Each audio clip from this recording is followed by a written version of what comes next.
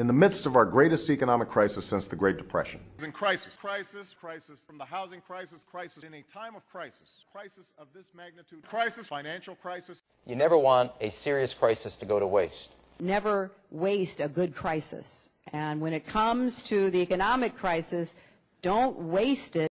To discover great opportunity in the midst of great crisis.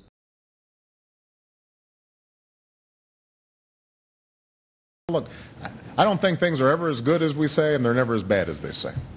And things 2 years ago were not as good as we thought because there were a lot of underlying weaknesses in the economy. And they're not as bad as we think they are now.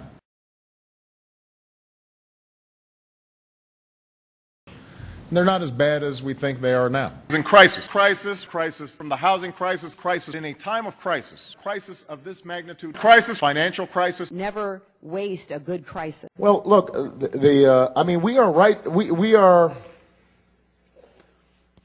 A certain dose of fear is healthy. Never waste a good crisis. Great opportunity in the midst of great crisis. You know, this is the problem when you run for president. You know, you got to make sure that there's no ambiguity about what you say.